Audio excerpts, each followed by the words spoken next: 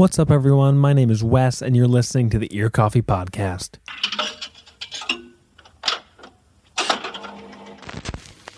For today's episode, we welcomed Minneapolis 7P's Alien Book Club back onto the show. The band's new album, Desecration of the Whispering Salamander, their first new music as a full group in almost 2 years, was released at the end of February. In addition to catching up on what the band has been up to since 2020, we go deep on the inspirations and memories behind all 10 songs on the new album and how the band has evolved those songs over the years. Without any further ado, here's my interview with Anita, Andrea, Thomas, Ben, Dante, Amber, and Allison of Alien Book Club on the Ear Coffee Podcast. We're in the basement for the first time. How do you feel about this basement?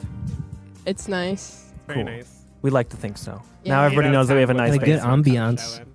ambiance. Basement enjoyment aside, just so people familiarize themselves with your voices and everything, let's go in some sort of circle. Just introduce yourself, your role in the band, maybe any other brief introductory things you think the folks at home need to know. Anybody that wants to go first can go, and we'll just go in a little circle from there. My name is Anita. I use she and her pronouns. I am the resident band asshole. I yell at the other members of the band and tell them to play things, and then they do. And that's great. And sometimes they sing. Sometimes they play guitar solos. That's me. I'm Allison. I play saxophone and flute sometimes and harmonica sometimes, and yeah. My name's Ben. I use he, him pronouns. I play percussion, and I'm the twin brother of drummer Thomas Coyle. I'm Amber. I play guitar in the band and maybe sometimes sing, and I don't really have any super cool things about me. That's all.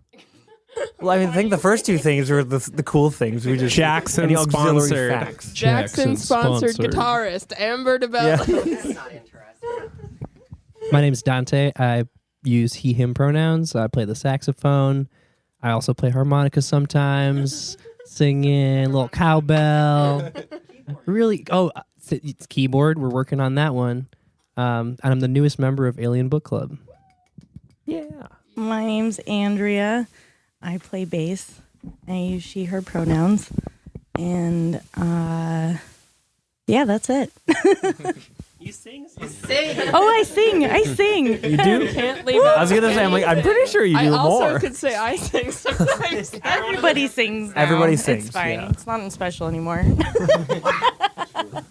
I'm Thomas, he, him. I play drums and sing too, actually. Now, they finally got me singing. Everybody's very musically sing. talented. Everybody's a singer nowadays. No. Wonderful. So it's been about a year and a half since I at least talked to y'all in the capacity of Alien Book Club, since you put out your last EP, and I'm not even having fun anymore. So it's been a little while, but suffice to say the band has still been very busy. For those who haven't checked it out, the 6 original members of the band, y'all put out your little solo EPs and got the label Kitchen Knife Blood Pact going. Initially just working on the new record, and also you have 2 new members of the band.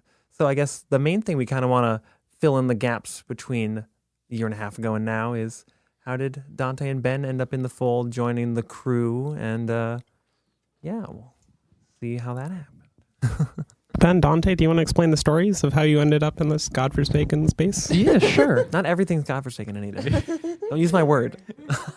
In my mind, it is. It's God five-saken. I kind of got into contact with Anita and Allison when Kitchen Knife Blood Pact hit me up about Sock Hop releasing our first album through them. And then Tommy went off and got married, so I filled on drums for one show in Winona, which was coincidentally Dante's first show with ABC. Because And- I wanted to break Dante into the show for free because he was driving somewhere. And I was like, if you bring your saxophones and play something, then you can just not pay the cover. Yeah, I was coming from Rochester. I really wanted to go hang, and I had my saxophone anyway, so I was Yeah. like, can I just come sit I was like, in? yeah, these are the songs. And then after that, Anita corralled me into playing drums for the Anita Velveeta band. And then I got pulled in to play percussion with ABC, and I love it. Go.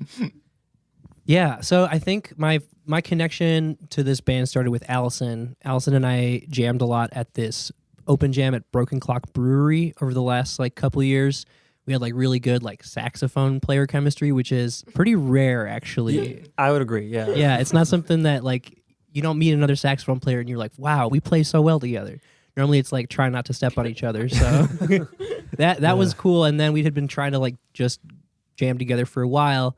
And over the summer, I found myself with more time to just sit in with folks, and I ended up sitting in on a couple tunes, and it became one song, then 3, then 5, and then it was just hey, do you want to join the band? And I'm like, yeah, why not? Yeah, That I'm was already your basically here. birthday. It was on my birthday. That's right. They asked me to join the band on my birthday at the Caboose. Yeah, It was a fun night. that was a really fun A night. good birthday gift, hopefully. Yeah. Mhm. Ben's first official ABC meeting to Spicy. Yeah, I guess there's another thing that we should talk about from a year and a half ago. Ben's first meeting. So Ben's actually first meeting with the Alien Book Club was the day that Meek was like, I don't think I can do this anymore. It's all my fault. I drove them out of the band. Yeah. And I don't know. We still talk to Meek and things are chill. Love Meek dearly. Shout out Meek. Shout out Meek. Shout out Yeah. me. Make more music. Yeah, please. for the Don't go love back of to God. college for math. Make more music. Got to get more of those You are cassettes. listening Yeah. to this podcast. It'd be cool if you were. It'd be cool, but also that's valid either way. So, correct me if I'm wrong, but the album that we're here to talk about, the new and long-awaited Alien Book Club album, it's actually been done for, at least finished roughly for a while. Is that? I think you might have even mentioned that, Anita, but also correct me if I'm wrong. Yeah, I mean, the songs were all finished probably a year ago. Yeah, a year ago. And we We've were recorded recording it them. 3 times. Yeah, we recorded them without Dante and Ben. And then we had some lineup changes, and it really changed the sound of the song. So I wanted to make sure that we were getting the most kind of accurate representation of the band as possible. So that's when we decided to re-record it again for a third time. But I'm honestly glad we did. The product that we have that it turned out to be is much better than the first 2 renditions of it, and it's just how it goes sometimes. Yeah, especially with introducing the new members and giving them a chance to shine on the material, since the core songs have been written for a little bit longer. How did you actually introduce their elements and also just evolve the songs and arrive at the end results that will be available and we'll be able to listen to hopefully soon, versus the first 2 renditions, the original, I guess, arrangements for the songs? How did that evolve and change as you worked on it over the course of a year or so? Well, for percussion, I feel like it was pretty easy because, when we were doing percussion, it was always a matter of okay, Thomas, you play the drums now, and then once you're done with the drum track, then we started the percussion. So now it's just we didn't have to do that anymore. Yeah. So that was pretty easy to work in, and then having a second saxophonist, I feel was very easy because we were always multi-tracking the saxophones as well. I just don't have to play all of them anymore. Right. So it was just taking something that was being multi-tracked and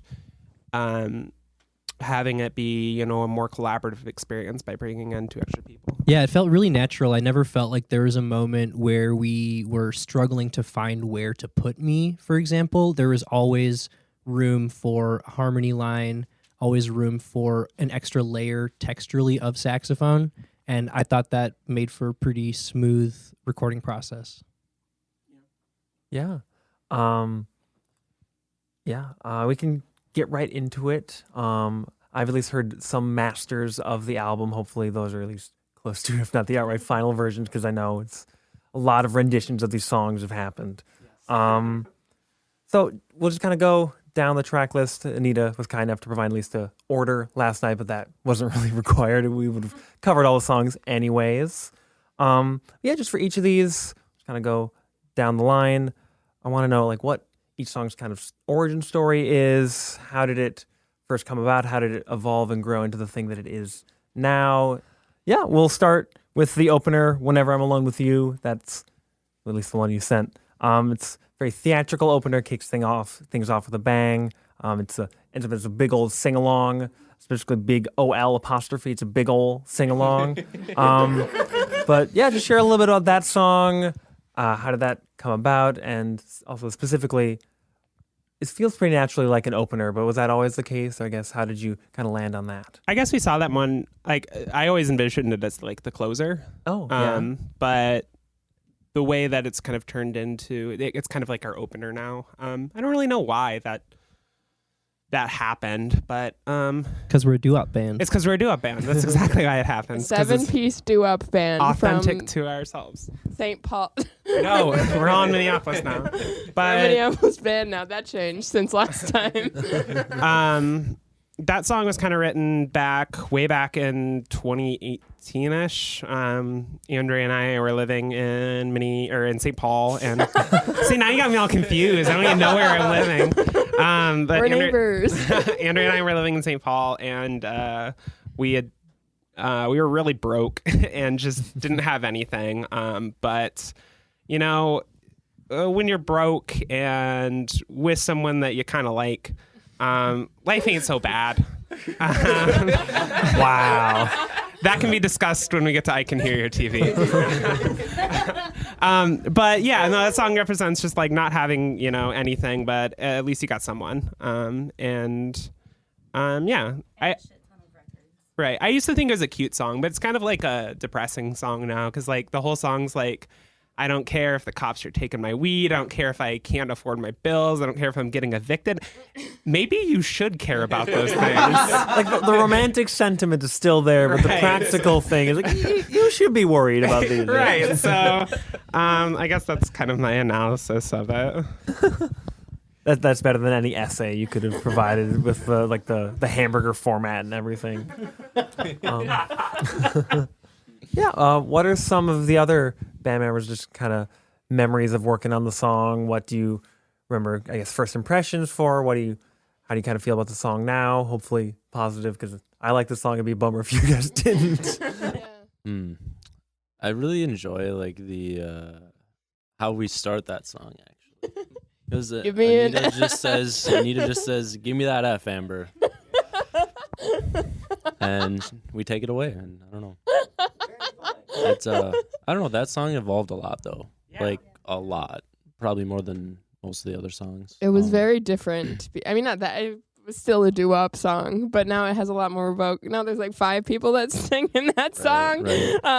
And there's the slowdown, yeah. Yeah, I feel like this is a older one to an extent, and I feel like it was one of the earliest times that ABC started to really just do whatever it wanted in terms of genre. And it was like, we just have a doo-wop song in our set now. And then that just kind of opened the floodgates for us just doing kind of almost anything, which maybe is a good thing. But yeah, I would hope so. I don't know. Anybody else have any No thoughts? pressure if not, but the floor is open. I remember recording group vocals for that song Oh, yeah. in a basement incredibly similar to this one. Suspicious. And none of us lived there. Shouts outside pocket. It wasn't any of our house. Yeah, we had done a bunch of like group vocal takes that required a lot of screaming. And I think this was the last of the 3 songs that we did. And we all had the taste of blood in our mouths. And we were on take 23. Yeah. But it's a sweet memory. That's recording, baby. At the You're bleeding, but you're doing it anyway. At the recording / practice that we didn't have any equipment, including Tommy had no cymbals. having any cymbals. He's just banging on the No drum cymbals. stands. because we needed to practice somewhere and we didn't have anywhere because they moved and then we had to get a new practice space. So we went to somebody else's house. Fitting that we didn't have anything, with Yeah, that it's song, fitting. Hey, Wow. You're getting deep, Thomas. With the commentary, yeah. Cool. Well, we can move on to track 2, Alien Bitch Club. Very fun to say. Starts out with like this like a kind of like funky. It's like a really spy like, intro. riff-driven kind of lead part, and then it goes like this like weird woozy kind of like distorted section where you're kind of like you feel like your head's underwater almost. So I mean, this is even more so like at least the opener kind of stays within like that doo-wop vein, kind of sticks with it. This is the first example on the album of just kind of the song almost completely changing just like halfway through, and because why not? So I'm curious, what led kind of where is this song coming from, especially with like the multiple parts? How did you come up with those ideas, and just talk about the genesis of this wonderful weird little song? This is one that Andrea wrote. I believe this is the first one that Andrea is like the only writer on. Yeah. Cool. So why That don't you would talk be about the that? Talk about that, yeah. Sure. Anita likes to pressure everyone into writing. So I was just trying to come up with some riffs and stuff, and I played the main riff in the living room, and she's like, "That's great. Now come up with lyrics for it." And I was like, "Okay, but you have to leave because that's a lot of pressure." And when she came back inside, I was just kind of laughing because the lyrics are actually that stupid.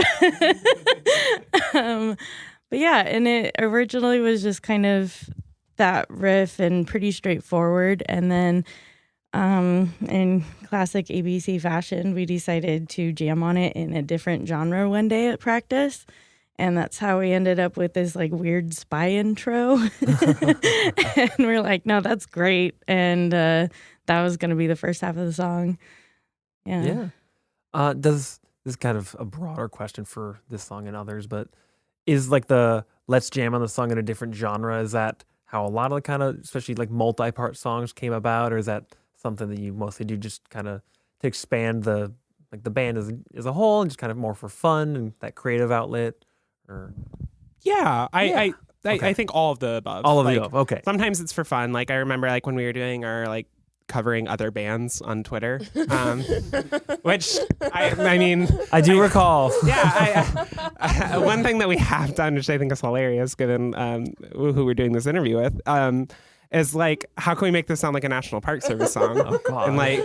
And like, so just like approaching, like trying to remove ourselves from where we are and approach the song from a different thing. I think the worst insult I've ever gotten to a song before was when we were recording this demo of Caesars and Kharkov, and we recorded, it was really bad, and like the second half of it had this like dumb like tambourine loop on it, and the engineer was like, well, I just like, you know, I decided to put something on the second verse to make it different than the first verse because I just felt like it was a little repetitive. And I'm like, wow. I have completely failed as a musician. I have completely failed as a composer. I've completely failed as a band leader.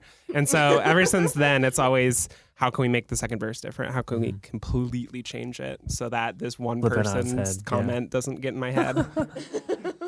And the big change that you're talking about, like that underwater breakdown, that was when we play it, we slow down and we groove, but the drastic feeling comes from Anita's production too. Yes. I think that like a lot of the most abrupt changes that you hear within the songs are accentuated by Anita's production vision. I think that's where like a lot of her talent shines through. Hard to agree, yeah. We'll talk more about that too. Yeah. Anybody else have any thoughts on that one, or should we? I think it's my favorite song on the album. It's definitely feels like the opener is like the opening song. This is the one where it's like, oh, we're getting going. Like it's kind of flows really well with like especially how the way the song starts and just has the buzzed out riff.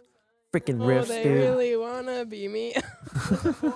I'm really conceited. The chorus is hilarious. Wanna I think do it's me? the funniest thing in the world. All the boys I really wanna do me. Yeah. So next, you already briefly mentioned this song, but Caesars and Kharkov. My first little note that I took was it sounds like a musical theater country song. And then it goes, I did theater for like 12 years. That isn't like an insult. It's like a place of familiarity where it's like, it's I country can't for theater not kids. perceive things like this. My brain just does it. Oklahoma. But then it goes into like this like Yeah, shoegazy auditioning like for section at the end, Oklahoma. which yet another just kind of like, oh, this is the same song. Okay, cool. Yeah, talk a little bit about this one.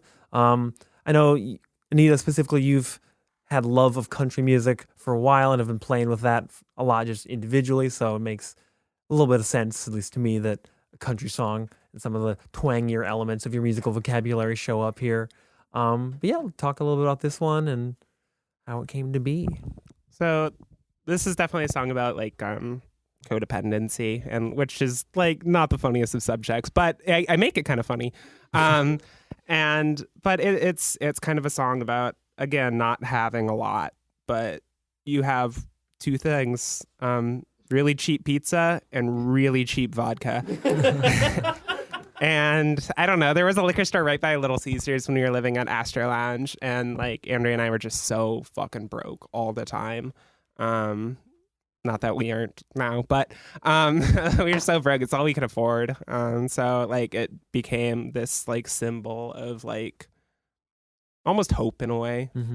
That, you know, life's not so bad. You got Caesars and Kharkov. You can feel like gods. It also wasn't a country song to start with. That's true. It was another one of those times where we jammed on it in a different genre. What was the original kind of musical palette? If Bad. It even damn. It was slow, so it was like bum bum bum ba da da bum. But it was kind of like more like an indie song, I think is Okay. how we approached it at first, and then I realized that indie music's awful. Wow. No, that's a hot take I can't really defend, but You don't have to defend it. Just throwing opinions out. yeah, it was like bar. Yeah, say that one. It was like bar band rock too. Oh, okay. So you basically did a Hold Steady song. Yeah, something like that. Like With like less like, I'm a guy who's talking and I'm from Chicago. okay. I was on the highway. You're like, cool, man. I love the Hold Steady, so I can make fun of him. It's okay. Yeah. Yeah. We I think- recorded that a couple times. We probably recorded that song like 4 times. Yeah, I remember recording that one. We recorded lot. it a long time ago, and have listened back to it since, and it's not the best rendition of that song, the old one. The old one, yeah. I mean, it just didn't have any character. It just like Yeah, I feel like a lot of these songs you can break them down into just like an acoustic guitar and vocals, and that isn't really like the beauty of ABC in my opinion. Like I feel like where we really shine is when we take something and really see how far we can take it in Yeah. terms of like sonic exploration. Yeah. I really like Caesars and Kharkov, those two things, as allegory for codependency. Like, it's the same vibe, right? When you're emotionally insecure, you seek out codependent relationship structures to help you feel like a god, to help you feel like a human. And they're totally nutritionally void, right? In the same way Right. that Caesars and There, Kharkov yeah. make you feel good and full, but sooner or later, your body will just reject it. You're going to get a tummy ache. I think it's really in the same vein as like Whenever, in this kind of like last ditch happiness. Everything's burning down, but at least we have horrible pizza and affordable vodka. it's not Right. bad. It's I- good. Have you ever had the crazy calzone?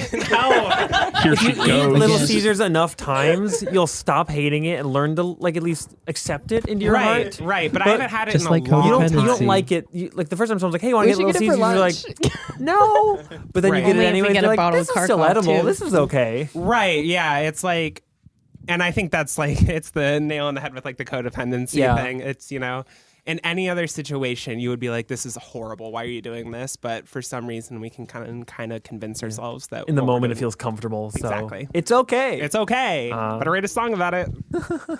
Just one thing I'd like to throw in there is I feel like part of the reason why the original version sucked so much is because the recording process was just completely antithetical to the way we do things now. Just completely different. Like go into the studio, sit down, record every track isolated and all professional and everything. It's like, that's not really fun. You know, so now we try to do everything like with as many instruments as possible at once, and the energy is definitely there. So Yeah. that's fun. Some of us also didn't know our parts that day.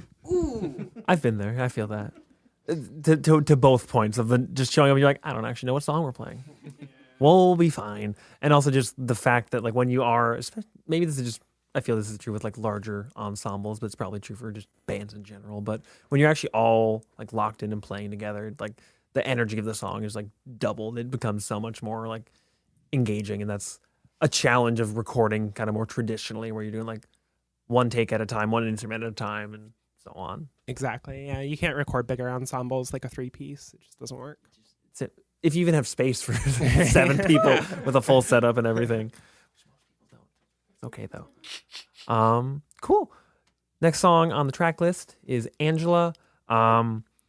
It's like a robot tango, like kind of has like a very distinct flair to it. But then it goes into like this like busted ass Metallica song at the end, kind of with like all this like crazy shredding, which is yet again like almost every single song I use the word into in my notes because it goes from one thing into another thing and then sometimes into another thing. But Angela's yet another example of that where you just have two completely disparate, at least genres crammed into one song. Was this another one of the let's jam on it in a different style, or was this more deliberate? This Talk about was that. Amber trying to write an Anita song. And I think doing a damn good job. Thank a you. scarily good job. Thank you. So Amber can talk more about this one. Yeah, so Angela was inspired by a horror movie, Sleepaway Camp, that Anita showed me. Super great, very fun. So, I don't know. What are you laughing about? That doesn't make any fucking sense. Anyways, I get to swear on this, right? Yeah, it's fine. Okay. Anyways, yeah, I have no idea where some of the riffs for this came from. It's been a long time. And honestly, like looking back, I'm like, how did I do this back then when I was nowhere near as good at guitar? And so it's just like fun, interesting, like jazzy, Latin-y riff at the beginning there. And I was like, I kind of want to be inspired by, I really was into Megadeth for a long time. Yeah. So Hangar 18, it's like got a bunch of stupid solos in it and stuff. And the structure is a little different from normal, so I wanted to do some of that. And I love Dante's saxophone solo on this song so much. And I love the flute, and I love like your guitar, Anita, on this. So it's like so cool, very, very fun, because obviously originally it's just, my guitar parts. And, this is the first time I got to be on the end of, wow, everyone's doing all this cool shit to the song. It sounds completely different. Yeah. It's so fun. They've actually like added all these things that you didn't even like conceptualize. You're like, oh wait, this is what it'll sound like with like a sax solo and a bunch of like other winds and all this percussion and everybody coming together. Cool. Yeah. How do the rest of you kind of feel coming into such an yet another, I guess I should say, multi-genre kind of excursion where it's got these two almost disparate parts happening? We've actually only like learned how to play this song like 2 weeks ago. So we've never played this song live. And because we couldn't, we didn't know the song. We only like recorded the parts like whenever we did that. And that was when we learned like figured out what we were playing. So we had never played it together like as a group until recently, because we're going to play all the songs of the album release show. So it was interesting to, I didn't even like remember what I played when we recorded. It was like, oh, I feel like it's like a new song. Yeah. Even though it was already like fully mixed for the album. So that was interesting. So yeah, that's definitely the first song that we've had like that didn't come from like us just like playing it and getting like knowing it. And then it was just like, oh, we have to play this song live. We have to like reverse engineer we have this to song learn it. Right. so we can Also, actually play it. Yeah, I mean, it was just like a really hard song to play too. In Thanks. classic Amber But fashion. yeah, no. Got riffs.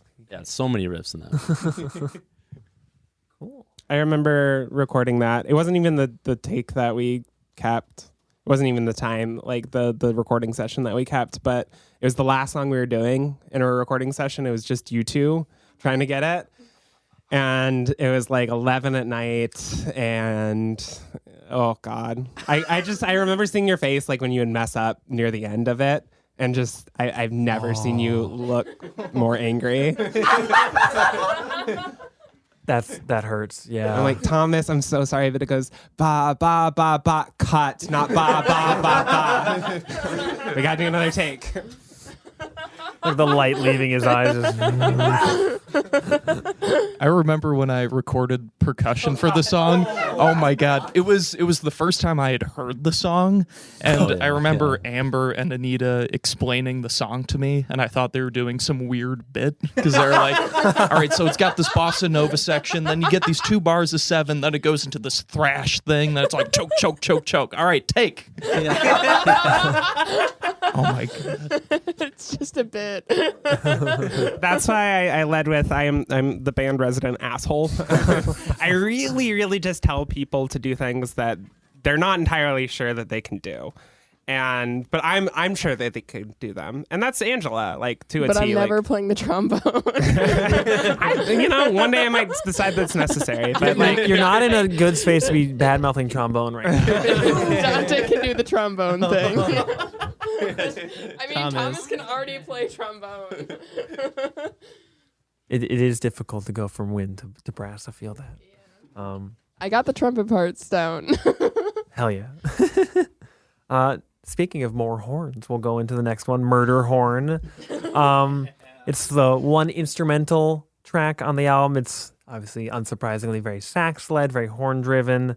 Was it deliberately kind of intended, or at least just placed as like a midway point kind of in the album? It's like this kind of transitional little shorter song, instrumental, and also just talk about how you came up with the idea to do the instrumental track and put it all together. Yeah, this sax-led interlude. yeah, that melody, like da-da-da-da-da-da-da-da-da, that comes from like It's like Kirby. Yeah, Kirby. It comes from like way back in like 2015, 2016 when we were living in the cabin. And like that's when I first had that like riff stuck in my head. And then recently I was like, oh, let's turn it into like an ABC song and just like really beef it up.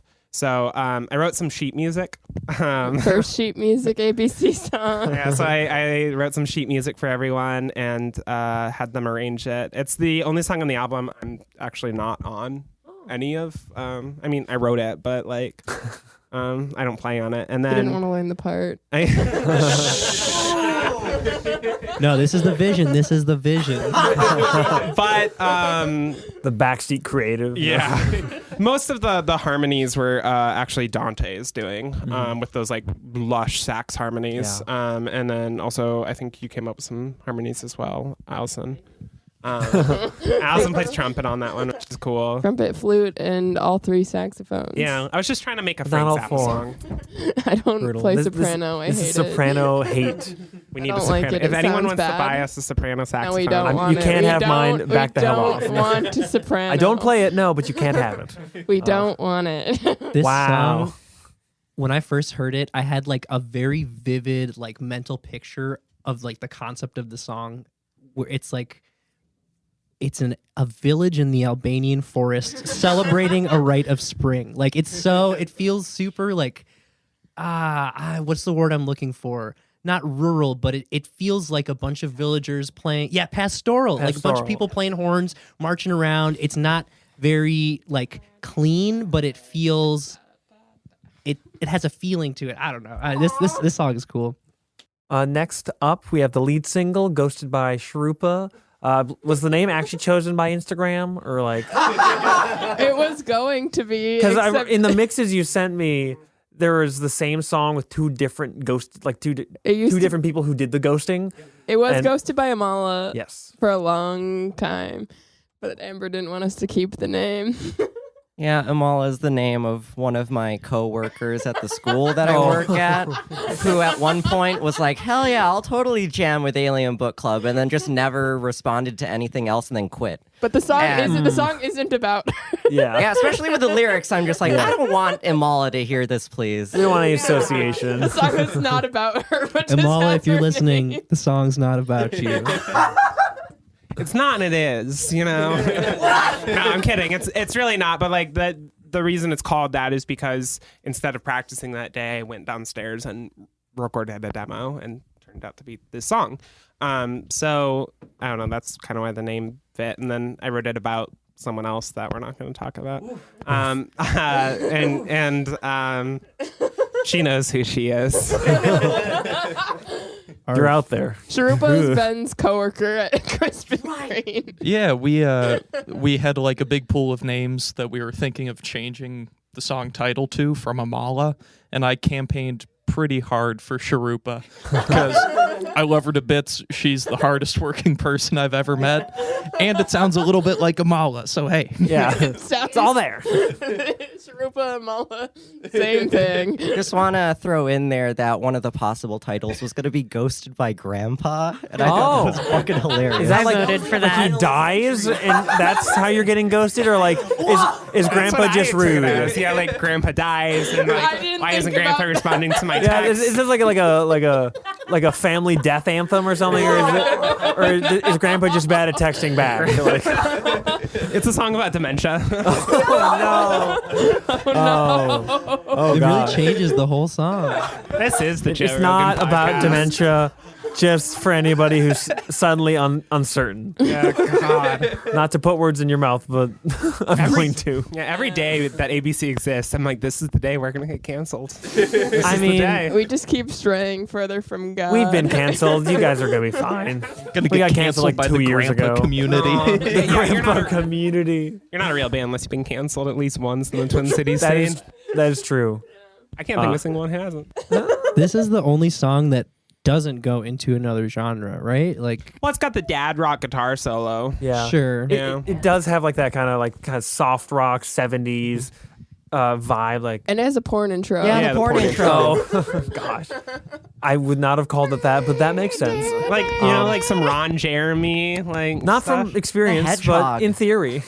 I've seen Boogie Nights. It'll be fine. Horrible person, by the way. Ron Jeremy, horrendous man. He's really bad. He's really Dirtbag. bad. yeah, big scumbag.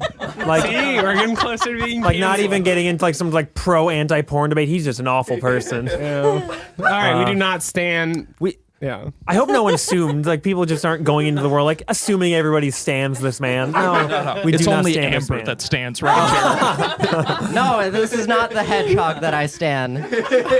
There's a different one. Blue. I never know what I expect, and yet this is always what happens. I say that affectionately. But this is at least the first song on an initial listen where the production is specifically what made kind of the specific like kind of musical element and like that kind of dad rock vibe you're going for. That really adds a lot. Like the production is super key to everything that came before and after, but like a lot of the times it feels like it's acting in conjunction with whatever weird musical ideas y'all are playing with. For this one, it specifically felt like the production is just there to amplify and like the ideas that you're doing, because like the production is so important for and so distinct for like that kind of like soft rock, yacht rock almost, like kind of like some of those touchstones. And I think that really comes across, at least to my ears, on this song. Was that something that was kind of, you wanted to make a song in this vein, or is it still just kind of like more of the classic chaotic, like it started from one place and ended in a completely unforeseen one? Kind of. The way that I imagined Ghosted at first was as a hyperpop song. Yes. And so I was going to be like, it's going to be the only one with the pitched up vocals. It turns out all of them are JK. pitched up. But it was going to be the only one with pitched up vocals, and I was going to take all the drum recordings and convert those to MIDI and then put drum machines on there, and then maybe even take like guitars out and add synths. And when we recorded it, this was by far my least favorite song on the album. It was the one that I considered cutting. And when we recorded it, I was just like, that's it. Like, we don't need to do anything fancy to it. We'll keep the Geck voice, but we don't need to like mangle the drums. It is what it is. And so like the production on that one was just like, how can I, amplify this is what it is. Oh, that's interesting that since this was a song that you almost cut, that it ended up being the lead single and kind of like most people's first introduction to any of the songs on the album. So how did that end up being like, this is the song we want to kind of hook people with, that we want to put out there first? Really catchy. Like it's a pop song, I think, like pretty fundamentally, and it's a nice length. It showcases a lot of elements of the band, and it just like it gets stuck in my head like every day. Yeah. Facts. And I think this one changed a lot with the addition of Dante. like your vocal harmonies on that one. I remember the first time you tried those after the song was over, we were all like, "Oh, okay, we like that. Yeah, That's good. I think also when we first started playing it, I think we were just doing too much. And when we started like cutting things out, like for the verses, like it's almost only like percussion, and then in one of the verses Amber like fills a little bit and I fill in the other one. But it was like we were all trying to do something all the time. And I think it turned into like something more interesting when we started doing less. Mm-hmm. Yeah, this is the first song where I have to stand around and do nothing for a minute. Feel that. I think as a 7-piece, we just have to come to accept that at some points Yep. in the set, we're going to be standing around doing nothing. I got Murder Horn. You got the verses of this song. You know, it happens. It's when you dance. Yeah. When you dance and smile. NPS needs to become a dancing band. We'll all have like this the roadie who's just like there for some reason, but like, oh, they're actually in the band. They just don't play the song. Like the Boss Tones dance. Yeah, the Boss Tones are canceled. Or at least the lead guy is, because he's a total like anti-vax nut job. He produced that anti-vax Yeah, no, album. the Mighty Mighty Boss Tones broke up because their lead singer's an anti-vaxxer, and he like produced a song for like this crazy anti-vax rally put on by like a distant Kennedy relative, by RFK Jr., and they found out about it, and I'm guessing other band members and just the public weren't fans of that, and then they're like, we're not a band anymore. Right. I always forget about that part. Wow. Yeah. Rest in peace / rest in piss, the Boss Tones. 40 years. 40 years of ska. Wow. That's going to be my autobiography. Dante, how do you feel about ska? Oh, I love ska. I play in a ska band. Do you get the ska band thing too? Yeah. Yeah. I mean, Dante's actually in a ska I'm band. actually You in a actually ska are? band Okay, called I Space wasn't Monkey ever- Mafia. Yeah. Okay, I wasn't sure if we're talking about the actual ska band or just people see a band with a lot of people and some saxophones. And they're like, We've ska gotten band. that too, but Dante's like actually ska. Yeah. Respect. Without getting too deep into the history of my relationship with ska, I never thought I would be the ska guy, but here I am. You know, it's a great genre, a lot of rich history, a lot of leftist, anti-racist history in that genre. I Second stand wave, ska. yeah. There isn't really a fifth wave, but at least we got the first four. Yo, shouts out Catbite and Shout out We Are Catbite. the Union. That this We Are the Union are new sick. like super queer, super young wave of ska that's coming through. Really cool. Yeah. Hopefully them getting a lot of good coverage will actually like Swag. help get that wave going, because we don't need to get into the ska wormhole. I have too many ska opinions from Twitter brain. Anyways, we'll move on to the frog one. Frogtown. It's kind of like I just want an excuse to describe something as froggy. But it's like a froggy little honky tonk number. Has that vibe. It has a harmonica Honky solo tonk. and all these very specific elements that just lend itself to that particular like musical excursion. Talk a little bit about this one, getting the frogs out and everything. You know, the thing people say. The frog. This one was written, I believe, like around like within a day or two of Whenever I'm Alone with You. Okay. And I was living in Frogtown at the time, and Having a place. Frogtown's a very it's interesting a- place. It's very cool, historical, very interesting. Just a lot of things that's going on. St. Paul. It's when the stadium, the soccer field, was coming up. Oh. And just that area kind of was changing a lot. So,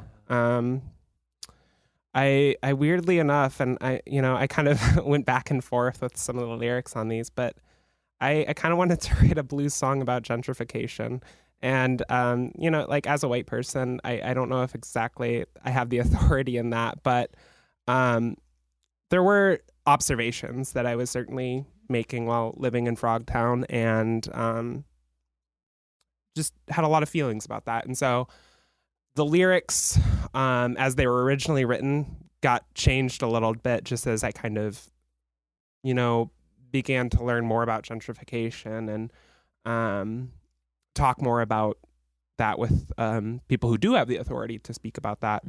And then kind of ended up with this. I feel like it's a pretty depressing song. That's why you had the harmonica solo on it. Yeah. It balances out. But the last words in the song are gentrification's accused of me. I know it's true. I know it's true. I know it's true. So like, it's this kind of realization that I am the problem. Yeah. Yeah. Like not in an immediate way. You're not like Yeah. you don't own a Dairy Queen. You're like, we're gonna get rid of this affordable housing so we can make more Dairy Queen. But also like Yeah. just recognizing just the inherent role that any individual, like you as a person, just anyone can take, and just the complicity, Right. if anything. One of the most depressing things I think about learning about gentrification and how land as capital inevitably leads to gentrification is the realization that as long as you are living in this world and trying to quote unquote like live your life in your best interest, you will contribute to the extraction of value of one plot of land and the accumulation of value in another plot of land. It's like almost this horrendous inevitability, and it's very depressing. Yeah, it's this kind of feeling of being like a cog in the machine, and then Yeah. realizing that even as a cog, you still have responsibility. Yeah, it's like you criticize capitalism, yet you participated. Yeah. Guy in I am very world.jpg. smart. It's like it's a We that, Live in a but like Society song. yeah. Unless anyone else had anything more to add about either frogs, gentrification, or the intersection of the two, we can go on to I Can Hear Your TV. It's the second single. I just wrote sax intro with Little Heart because love that. Talk a little bit about this track.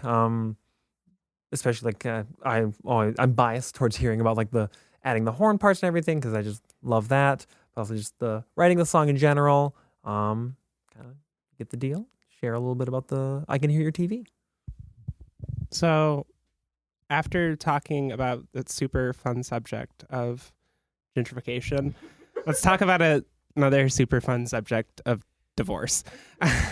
So, I Can Hear Your TV is a song that Andrea and I both wrote, kind of just about our relationship kind of failing and Before the relationship actually but ended. in the midst of it. So it's a very emotionally charged song. Like I wrote the first half and then she wrote the second half. It's weird listening to a song that's just like a giant roast of yourself.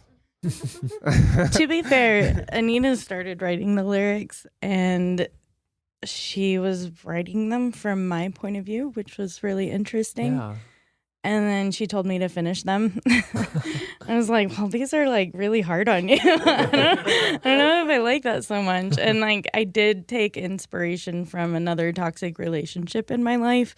So it's not all 100% about her. She's not really that big of a bitch, but somebody in my life is. And you only say that now because we haven't lived together in 3 months. Yeah, that's true. Shouts out to No, like, I think distance. it's Shouts like- out to space and time. Yeah. No, it's cool. It's really cool that like we can go through all that and still Yeah. be in a band together and still like be friends and like I don't know, besties. Yeah. Have this song also just be on the album and be a single too. And Right. just like this is an introduction to everything else that's to come, and just like leaving yourselves out there like that. That's Right. surreal. Like to even It's very emotionally Imagine. charged. Yeah. yeah. It's another song written in that apartment in Frogtown too. It's really interesting. They're pretty old. That was. Yeah, but lyrics of that one didn't come into fruition until Astro Lounge. I think this is the first song that I like wrote a part for. Yeah. That sax part's killer. Yeah. Yeah, especially just coming into, I mean, this has been the case for a lot of the other songs that are stemming lyrically and initially from emotional, very personal points of view, even as they evolve into a whole lot more than that, as into a full ABC song. But how did the rest of you feel kind of coming into that? Like this song that's so personal, even potentially more so than a lot of the other songs, at least kind of, I guess, on its face, even if like the inspirations are still very personal. This is one that's like about your bandmates essentially. And just kind of like that must be a strange feeling, but maybe even like a hopefully encouraging one as you still come together and make the song. Curious what your perspective was on that, just coming into it from that angle. As That's one not of the too newest much to ask, members, yeah. it was really fascinating. I mean, when I joined the band, I didn't even realize that relationship was a thing. Like I knew nothing about these people when I met them and joined their band, and so like getting to learn about the interpersonal dynamics and being like, oh, holy shit! Like Anita and Andrea were married. Whoa, and we got a song about it. Oh my god, it was just really cool to collaborate in that space. I felt really impressed by the emotional adeptness necessary to navigate this kind of collaboration. And yeah, it was just a very unique experience. Yeah. Yeah, when I first joined ABC, I had just come out of, or I was in the midst of a tough breakup, and like immediately sort of empathized with what the two of you were going through. And like, I don't know, a lot of these songs are super vulnerable and they hit me in very sensitive emotional places. And it was genuinely kind of difficult early on to like hear some of these songs and to resonate with what was being said. But I think this is my favorite song on the album because, like, Me too. in addition to the emotional impact and like the performances, I just really like the song itself. It kind of functions as like a "They Might Be Giant" song almost. Like it's all these that's little a really good reference point. episodes. It's got like that ambient intro, then it grooves, and then there's like this weird kind of operatic part, and it's super fun to play live. A lot of fun percussion noises on this one.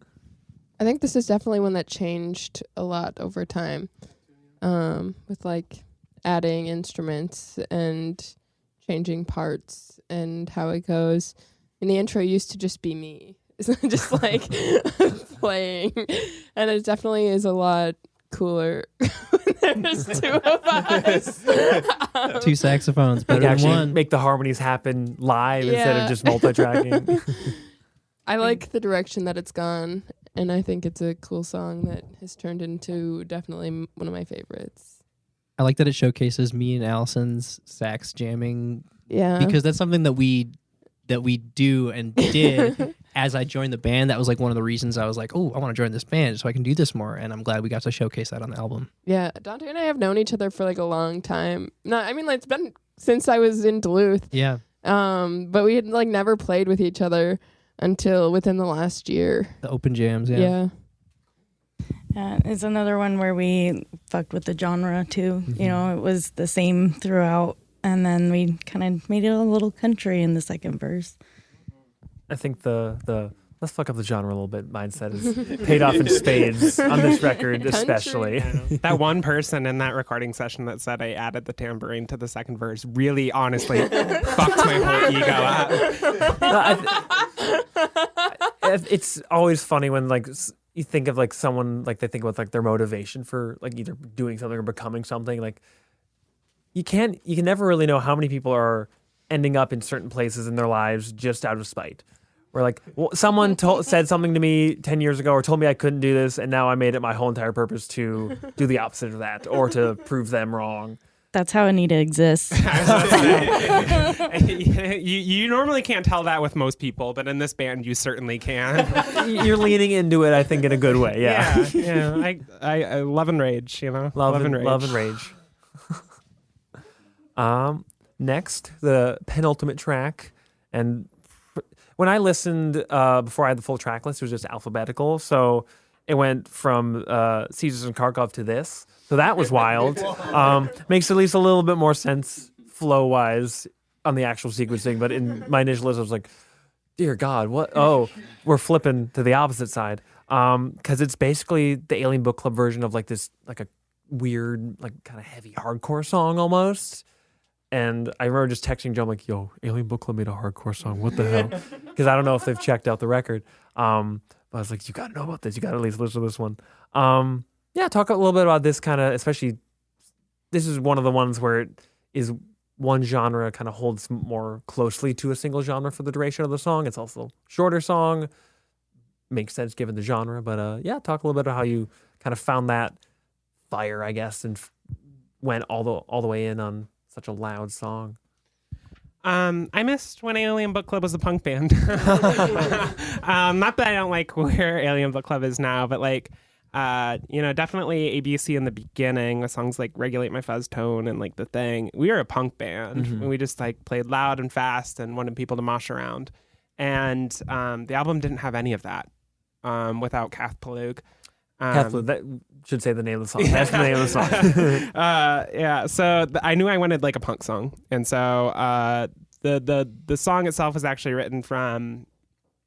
I know some other like songwriters do this technique, and it's a really good technique if you write songs and you haven't done this technique. I highly recommend trying it out. Go to Wikipedia and hit random article and just go until you find something that's interesting. Like Cath Palug, a devilish sea cat from Welsh King Arthur lore. Sea cat. Yeah, sea cat. So, okay, so the story goes that... I didn't do my Google history, my Wikipedia reading. Yeah, you clearly, man. Is this like a Death Cab for Cutie thing? Because they have that one song.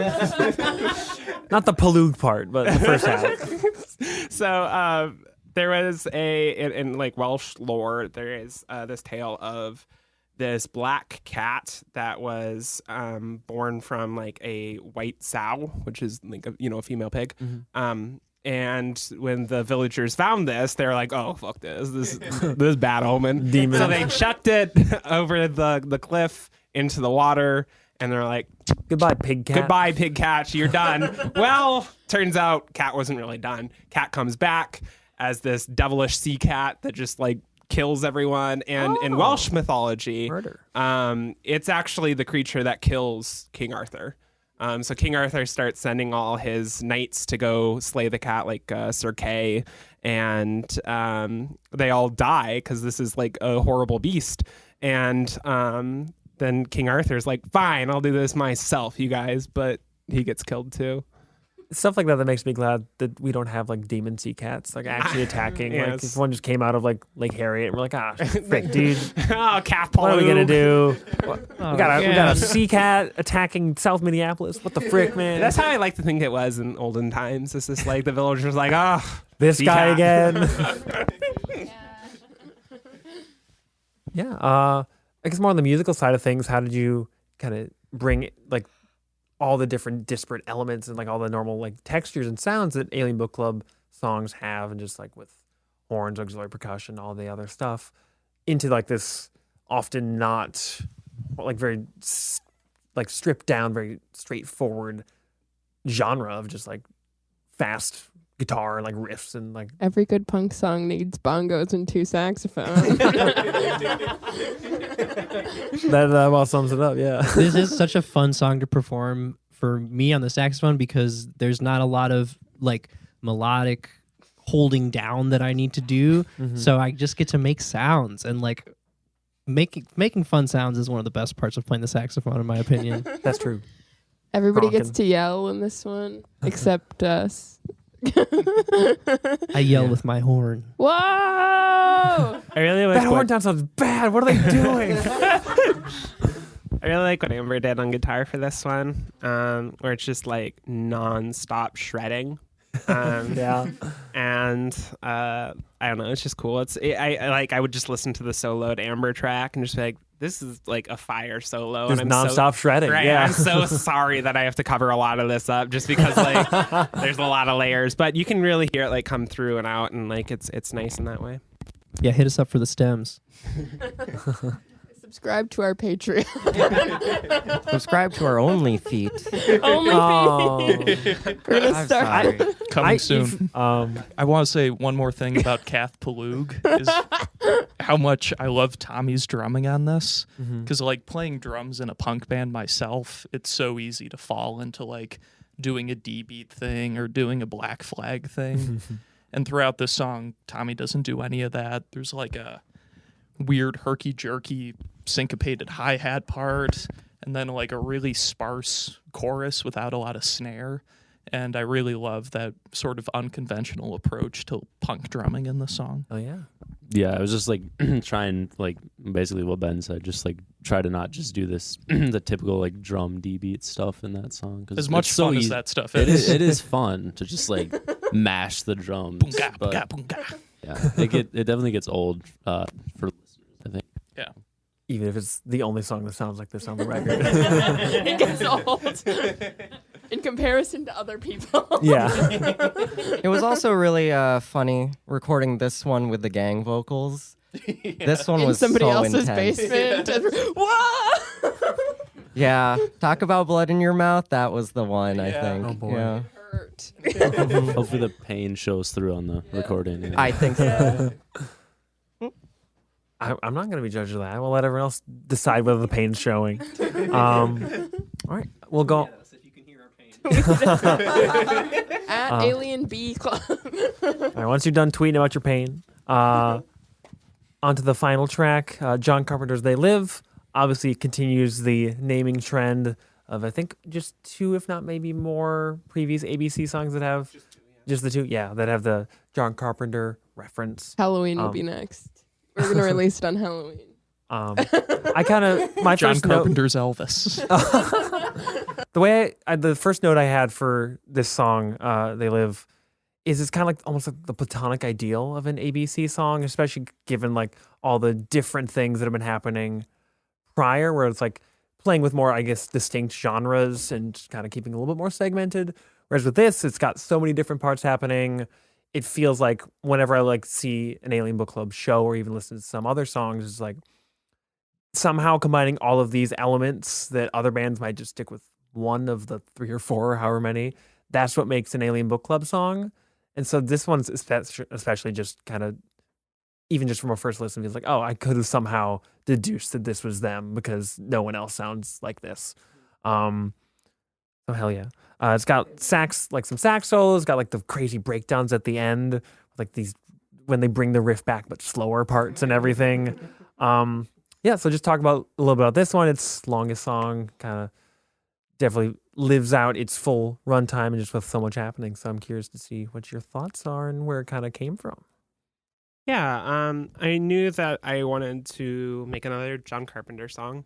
I originally thought of it as a trilogy, but I think I'll write as many John Carpenter songs as I damn well. He's got movies. Yeah, and even then some. Until we get a cease and desist from John Carpenter. Until we get that C&D, or that collab. It might collab. There's like a good chance it'll come with the next single with the art. Yeah, we're tiptoeing on copyright issues, but it's okay.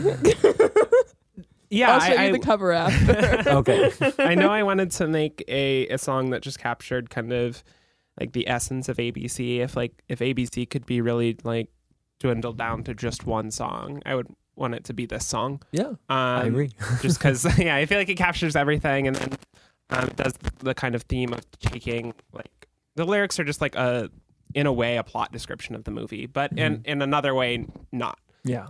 Like the other two. Like The Thing, I'm describing the movie of The Thing, but I'm also relating it to trusting people and knowing who to trust, which is a huge theme of the movie and also a huge theme of people's lives. And then like in Escape from New York, that was that very early COVID, and like I remember New York had it just horrible, and people were fleeing, and kind of gave me those vibes. And then with They Live, have you seen They Live? Oh, it's really good. I haven't either. It's really good. It's super good. I always last week. confuse that with Mars Attacks for some reason. It's a lot like Mars Attacks. It's a lot better though. So fair enough. Better politics. Better politics. The politics Yeah. of They Live are incredible, and a lot of people have taken it in almost an alt-right way, which is really, and like John Carpenter said, like, We love it when fuck they do y'all. that. And yeah, fuck You mean RoboCop's anti-cop? But he's a RoboCop. He has to be pro-cop. I have never experienced nuance in my life. Yes. So this song I wrote right after the protests, and I just saw a lot of parallels between what was going on in the movie and what was going on in real life. Because in the movie, the character comes to LA and he can't find a job, and life sucks since the 80s and Reaganism has destroyed this country, and he's trying to find a job, and he eventually stumbles upon these sunglasses that allow you to see that the elite in this world are aliens that look like people, but they aren't people. And they're primarily like the cops and the upper class. And then the whole movie is this character who doesn't have a name, who's played by a former wrestler, him just like kicking ass and Bubblegum. chewing bubblegum. Like, is this the bubblegum movie? Yeah, this is the bubblegum movie. And so, but yeah, I just saw a lot of parallels. Like there's this scene in the movie where he's staying at a homeless camp, and the elite get the word that the homeless camp is the site of the resistance to the aliens. And so they come down and tear down the homeless camp. And I remember watching that scene. It wasn't my first time watching the movie, but I was like watching the movie again to try to like get lyric ideas. And I remember seeing that scene and it like really, really, really hit hard just because like, I don't know if you We're still doing that. right. We're still doing that. Like you don't Jacob Fry Oh, did bitch that boy like man. last year. you, Probably this year too. With bulldozers and everything. That scene Right. is like really eerily similar to what goes on today. I had to stop that scene when I watched it just because it was so sad. And like you see whole communities of people that have nowhere else to go, just being wiped out. And so the song is like, Because they're annoying. We right, don't want right. that's They're seen all. as pests and they're seen as less than people, and that's how they're seen in the movie too, because they're seen as the humans are seen as the pest to this alien group. So the song is definitely filled with a lot of rage, a lot of hate for those who are selling out humanity for their own gain. Hate the aliens. Yeah. You know who you are, aliens. Technically, reptilians. They're yes. Yes. Oh. Gotta get. It's sad to see that, like, because the alt-right conspiracy is so literal-minded about, like, demons or aliens or monsters ruling society, that an allegorical movie like They Live can be, like, surface-level co-opted. But when you watch the movie, the aliens are capitalists from outer space who infected our planet with capitalism, and that's what's destroying it. Like, it's very explicit. Yeah. Yeah. I think that's a common case with the alt-right and like that kind of thing. I'll keep this tangent short, but that I recently listened to a podcast where they talked about basically like some of the people that came up with these ideas of like deliberately sowing disinformation in order to create mistrust of like the ruling class and kind of like free people's minds. Well, they'll either like go in, like lose it and just go off the deep end because they think like the Illuminati are real, or they'll realize that like the people, the powers that be are not out to protect me. And it's like kind of have that like transformative thing. And it was like initially like a much more like left leaning thing, but then like freaking right wingers like, you know what, we can also take things that mean one thing and repurpose them for ourselves without retaining any of the original like political ideology or even intent behind the thing. And that happens a lot with like memes or even just like other like cultural touch points, whether it's movies or whatnot, where they're like, I'm going to see this, miss the point, and completely steal it for myself. And it's just easier, right? Like we were talking earlier about how depressing it is to realize that the machine that we live in is grinding and impersonal, doesn't really care. It's not malevolent. It just is an algorithm. It just is, yeah. So it's much, much easier to think about a demon or like a malevolent entity or like a demon cat, you know, than it is to consider these existential systemic sources of our problems. And I think it's really easy to get partway through and think, yeah, oh shit, yeah, the rich are fucking us over, but it's harder to persevere and to maintain this like disciplined understanding that it's systemic rather than discrete. Mm-hmm. It also Very features our biggest musical influence, the vibes in the beginning, Vampire Weekend. Oh, God. Quite I the don't hear segue. it, but You're just going for like that best new music bait. We're like, we sound like Yeah. Vampire Weekend. We Give us sound a just review, like please. Vampire Weekend. We're good, I swear. Vampire Weekend with the fucking A-Punk does not capitalize on any riffs that use the top two strings. I'm sorry. Use the top two strings to make a riff. It does not sound like Vampire Weekend. They don't have a monopoly on that. They don't have a monopoly on anything besides being in Vampire Weekend. Yes, exactly. You might get- But hot take, Vampire Weekend slaps. All their albums really good. Yeah. Ezra Koenig is like a little iffy, I've heard, Yeah. but also like he's a We successful white guy. So We just Right. listened to it's like, it. it's That like, new man, album- you that seem new like you album read was more pretty books than stinky. most, so this is kind of a bummer for me. You definitely appreciate Shakespeare, but also you seem like a tool. Take off the polo. Come Take off the polo, you poser. Anyways, so just kind of conclude things since we've covered all the songs. I want to hear what is everybody's like, or a favorite moment, just like as a listener. It doesn't have to be something you yourself performed or even came up with, but just something from one of the songs on this album that always stands out to you, that gets stuck in your head, that you just love. And I'm sure there's plenty of different options for all of you, but just name one. It doesn't have to be like number one, but just something that you love about the album and just appreciate. Oh, one that always gets stuck in my head is like the chorus of Sharupa, the like Amber's guitar part. love that. I don't know, just fantastic. Super catchy too. Can I say like two things? I just want to say one thing No. about Yes, you can. one thing about the title of the album. We didn't have a title for the album, and we were like booking the show for the 7th Street show, and they're like, "Oh, we need the album title today so we can put this on." Is it confirmed? The title is. We had to send it to them, so it's on Okay. the First Dev website now. Oh, okay. So we were like, we have to video call right now. We have to pick an album title, and this was like after we were like uploading songs to be like released, but we Yeah. didn't have an album title. The album is called Do you want me to say it? 'Cause Desecration of the Whispering Salamander. that's the desecration of the whispering salamander. Once, just so we can get it. That was the one we went with. Why not? I see no issues. It's fine. No, I think it's pretty good. Turns out Whispering Salamander's a painting, but Oh. we're not desecrating it. Yeah, I'm not pro desecrating art, so I'm glad that that's not happening. What was I gonna say for my favorite album thing? Sometimes when I'm like feeling bad, the part in the and you feel like shit, and that part just loops in my mind over and over again. So maybe that. And then the part where I started recently yelling, past the 94, they live like kings. Are they the only ones who get to have nice things? And I like that part. So maybe one of those two things. Now that I get to yell. It's also my first time singing anything on the album. So Legit. that's fun. Nice. Yeah, it's just so much fun.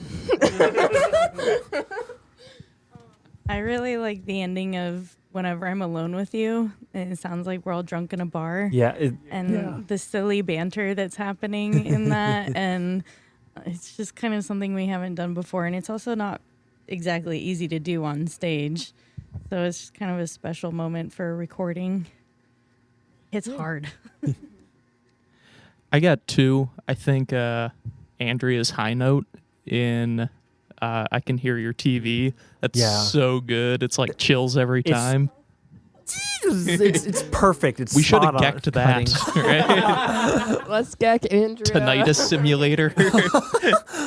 I like that a lot. And in the first chorus of Kath Palug, Anita screams, Kath Palug!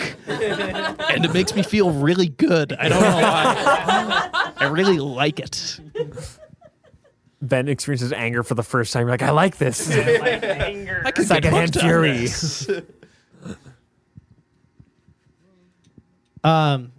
Well, this is telling, but one of my favorite moments in the album is the like little ska break in Caesars in Kharkov. It's just like, when we do this live, I can't help but slip a little like, pick it up, like. We should have put that on the album. Yeah. I guess we still have time. There's still time. You know, Add it. today. Maybe a but- couple huffs. Yeah. Get to the studio Hup, quick, hup, guys. So for me, I think one of my favorite parts is definitely the intro of I Can Hear Your TV with all the saxes, and it's just like super dreamy, and I like to just close my eyes, and I'm like, this is It's very really like nice. chamber musician. You're like, I'm just like a sax chorus, just kind of like closing Yeah. my eyes and vibing. And the song starts like, oh, we're here.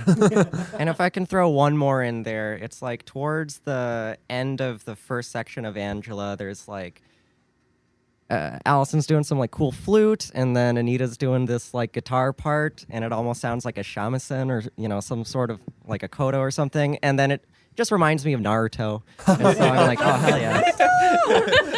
Alien Book Club makes music you can Naruto run to. Yeah, Believe we it. were to run everywhere. That was That's the ultimate best. goal. Yeah. Yeah, no, that guitar thing. I don't know what happened there. I was just trying to get like a nylon sound, and it ends up sounding like you thought it was a banjo at first, right, Dante? Yeah. Yeah. I don't know I what said, I what's did. that string thing? I don't know what I did with the mic. I don't know if I used the wrong mic or if I did the You wrong did some really cool tone stuff. Oh, real quick, the other really cool thing I noticed this when I was listening today to the Frogtown mix. What you did to Allison's saxophone in Gex Frogtown sax. is so cool. we Yeah. just pitched it up an octave. Yeah. Sick.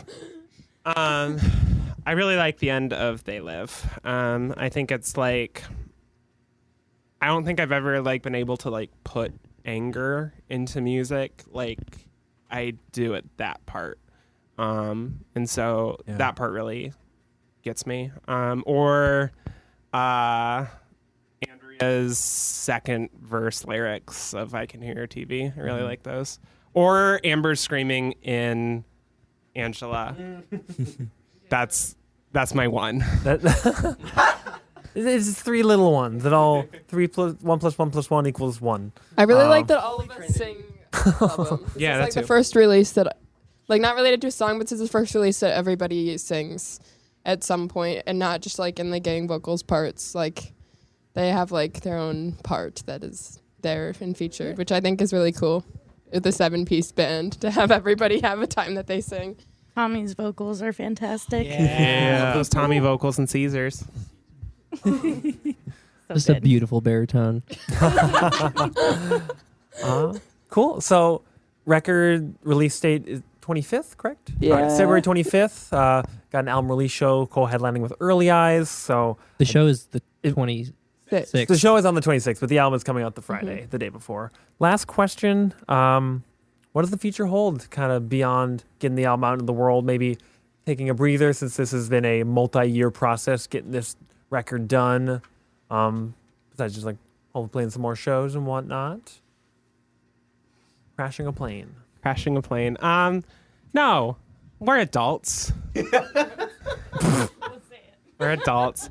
No, I'm actually going to be moving in November to Los Angeles.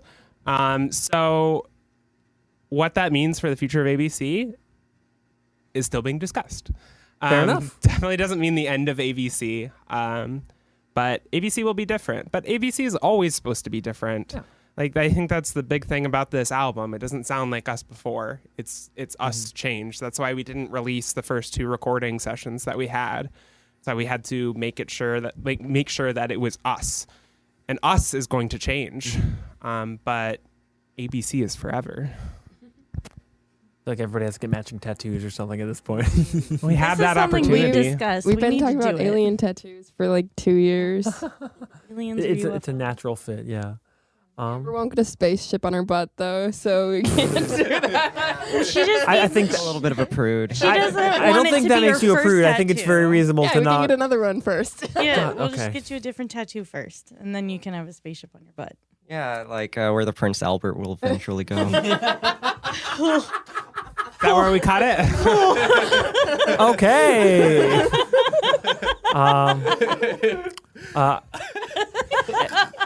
For most of you, you're familiar with this portion, but Dante, this will be your first time. I like ending every episode by just getting some. Don't do that. I know you know, but don't shake your head already, Allison. I like getting people's recommendations for like other local bands that they like, or even just what artists and musicians they've been just listening to a lot. Just getting some shout outs, specifically local friends and or even just underappreciated. Just if you want to give any shout outs, now would be the time to do so. We'll try to keep it quicker than the last 2 times, Yeah. but also probably not. That's Probably okay. Well, first off, I definitely want to plug the 2 sister bands of this band, which are Sock Hop Massacre and Space Monkey Mafia, which Ben is part of and Dante's part of, respectively. Respectively, yeah. So definitely go check those out, especially if you like, weirdo rock and ska. But also I didn't mention them at the Anita Velveeta interview, and I have felt bad about it since. So everyone, please. That hasn't even come out yet. You're retroactively coming Yeah, updating. I know. This is gonna come out first, Anita. Oh People my are gonna God, be confused. I saved it. I saved it.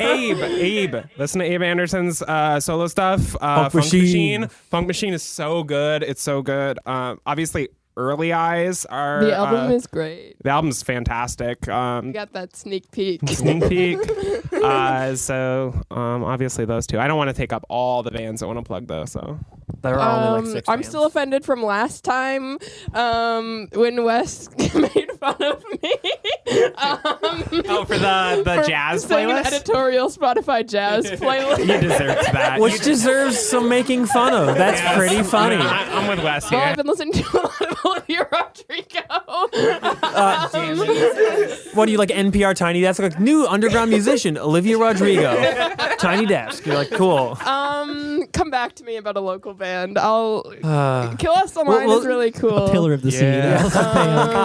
Can't name one band. You're in like 7 bands. I'm not. This is the only band I'm in. You play a lot of bands. Though. My friend Cuckoo Ka that I play in his band is super cool. I guess I play with them, but I'm not like on the releases or anything. But I'm playing the main room with him for the Best New Bands show. March 4th. And he keeps releasing a lot of really cool music. And Kill Us Online is cool. And I saw the Purple Funk Metropolis show at 7th Street a couple weeks ago, and it was one of the craziest live shows I've ever seen. So that was cool. They're always great. Yeah, and Shrimp Olympics. Shrimp Olympics. Yeah. The whole bill was wild. It was like one of the most entertaining, like cool shows I've been to in a long time. My friend Nathan releases music under the name Groomp Camp, GROOMPCAMP, and like it's really awesome poppy electronic music. He has a song called Clock Metaphor, which is like one of my favorite songs I've heard in a long time. Been listening to him a lot. Mothra released an EP called Donkey Boy last year, which has some awesome Didn't know songs. Mothra was making music. I thought busy fighting Godzilla. With Ghidorah. Boo. And not local at all, but I've been listening to the Gories a lot. They're like an awesome late 80s garage band that I'm obsessed with. So there are a couple local acts that I would like to give shout outs to, I suppose. Like, I've been hanging out with Ro. You know, yes. Probably people are familiar. Hopefully. Does Ro have a last name? Yes. Do you know what it is? Yes. With a slash. Yeah, with a slash. They're like Ellen, but not. yeah. But anyways, she's putting together this triple EP release that'll probably be happening. I don't know how much I could talk about that. Hopefully, actually, we'll but say hopefully soon. We'll keep it vague. yes, hopefully soon. And yeah, if you guys hear about that, it's a pretty cool thing. And there's a lot of local artists who are doing some cool electronic and hyperpop stuff. So check them out. Also, hyperpop, Anita, Velveeta. You guys I was might. gonna say that. Wow. Fuck you guys. Yeah, shouts out to the upcoming Nightcore mixes that Anita's putting out. Yes. They're keeping me going. The people need them. Yeah. They're so good. Now that's what I call Nightcore, coming out June something. You need to give me credit on the title. My Allison title. came up with the title. Some friends of mine recently formed a group called Foe, and I've been really loving everything they've put out. They just had their first live show recently. Really recently, yeah. Yeah. But if you like indie, go check them out. Local ska band that I think should get more recognition is called Runaway Ricochet. They're just like real fun, complicated horn line driven ska. I love that stuff. Also, this summer, keep an eye out for the Galactic Get Down, space-themed music festival that Space Monkey Mafia will be co-hosting. And I'm angling to get ABC on, but we'll talk about that. Hell yeah. Nice. Booking is easy. Booking Don't on let a anyone tell you podcast. anything different. Recent band that I've seen that is kind of new that I really love is Goodbye Mordecai. Yeah, they're so good. They're really dope. Check them out. They just get better and better. Yeah, they're just super fun. And yeah, I haven't really been to a lot of shows lately, which sucks. That's understandable, though. Yeah. Something about a Covey or something. Yeah. You know that's a hoax, right? Joe Rogan podcast. I'm telling So you. it was about 15 minutes into the DMT experience. Where's my $100 million, Daniel Eck? I haven't really been to a lot of shows and stuff lately either, but I still like listen to like Oyster World. They're an underrated local band for sure. An album, is cool. like in the works. I hope so. Yeah, I think that's so. like last I heard. Gravy's a legend. Yeah. I don't think we talk enough about how Gravy is the unsung legend. I mean, next to y'all. Next to your coffee. And I don't. We're not named after a food. No, we kind of are, but not like gravy. Yeah, that's true. I really wanna come on for a 5th time, but I want it to be I interview you. Oh. Yeah. Because I feel like Get in line, Anita. Yeah, your coffee needs to be interviewed. Just Yeah. like, I mean, like, what is it, 5 years? We just Your did 4 years birthday. of the podcast, 4.5 of the blog. Happy birthday, by Yeah, the way. happy birthday. Like, Mm. holy Thank you. shit. Like, Do you want us to sing? No. God, Alright, no. Atonal, happy birthday. We all know you can sing. We've been over that. You're on the album. We trust start you. on a different note. Happy birthday to Eat Coffee. Joe, get the gun. But Get the seriously, pistol. like, Get the flintlock. I think that is like maybe what we need to focus more on in the future is just the people, the non-musical. I mean, yes, but like I feel like the musicians. Not of to the undersell scene, the musician. yeah, but I feel like the musicians of the scene get talked about all the time, and no one talks about the people that are throwing the parties that allow that to happen. No one talks about the people that are documenting, like. You look at Undercurrents; they've been documenting the scene for 12 years. Undercurrent is amazing. They've been going for so long. They have a video of me almost dying at a Cloud Nothing show in 2016. It's insane, And, and they were like going for before that, yeah. and Jeff and Jaya, yeah. And like I think a lot of the older people in the scene, like I think often in this, like we forget that we are just one of many, and there will be people after us, and there have been people before us. That's true for bands or venues, for pretty much any aspect. Yeah, And we can only hope it gets better with time, you know. yeah. We're working It on won't, but It we- It won't. I don't want you to be right, but I know you're right, but also I'm going to pretend like you're not. anyway, my rant's Anyway. over. What did you say, Tommy? I was ranting. What's that? Did you have anything besides Oyster World? Velvet Negroni, Eva Auxilium is my friend. He makes some like weird ambient Dope beats. stuff. Yeah. He's made stuff for a lot of different people too. But everyone else that everyone said too is dope. So yeah. Word. Well, that'll sum it up. Thank you so much for stopping by the basement. It was a wonderful chance to chat with all y'all. The album is out on the 25th. We'll edit it depending on whether this is before or after. So regardless, go check it out. Thanks again, everybody. Thank you. The Ear Coffee Podcast is a companion to the blog of the same name. If you like this episode, please leave us a rate and review so we can stand out among the other music podcasts. You can follow us at Twitter, Facebook, and Instagram @Ear Coffee. Thank you for listening. We'll see you next time.